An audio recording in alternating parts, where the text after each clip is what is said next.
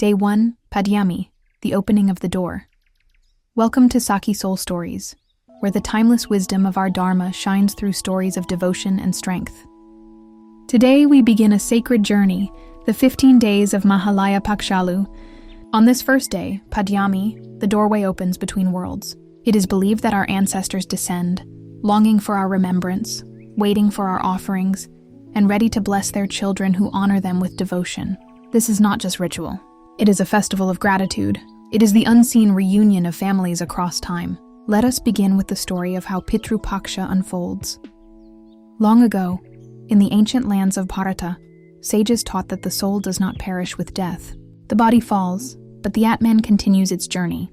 Our forefathers and foremothers live on in the subtle worlds, watching over us, guiding us, unseen but never absent. During Pitru Paksha, it is said that the ancestors are granted permission to descend closer to the earth. They come, not as strangers, but as parents, grandparents, and guardians, longing for the love of their children still living in this world. On Padyami, the first day this sacred descent begins. The Vedas describe it as the Pitru Dwaram, the doorway of the ancestors. When the sun enters its southern path, Dakshinayana, the energy shifts inward, towards remembrance. It is as if the universe itself bows to memory. In the villages of old, families prepared with devotion. The courtyards were swept, the lamps lit, and fresh flowers adorned the house.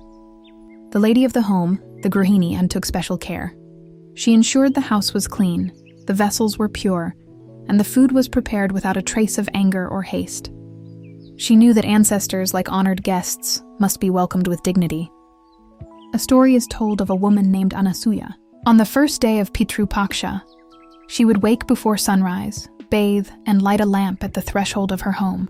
She placed water in a copper vessel, decorated with mango leaves, and whispered the names of her forefathers as she sprinkled water at the doorway. Her neighbors once asked, "Why so much care, Anasuya?"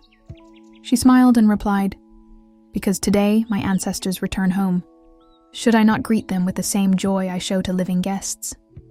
That year, her family prospered in ways unseen before. Her husband's crops yielded richly, her children grew strong and healthy, and peace settled in their home. She knew these were not coincidences. They were the silent blessings of the ancestors, pleased by her devotion. The message is clear. When a woman keeps her home sacred, her lamp burning, and her prayers alive, the ancestors feel received. They bless her lineage in return. Thus begins Pitru Paksha, with lamps, with water, with flowers, and most importantly, with gratitude.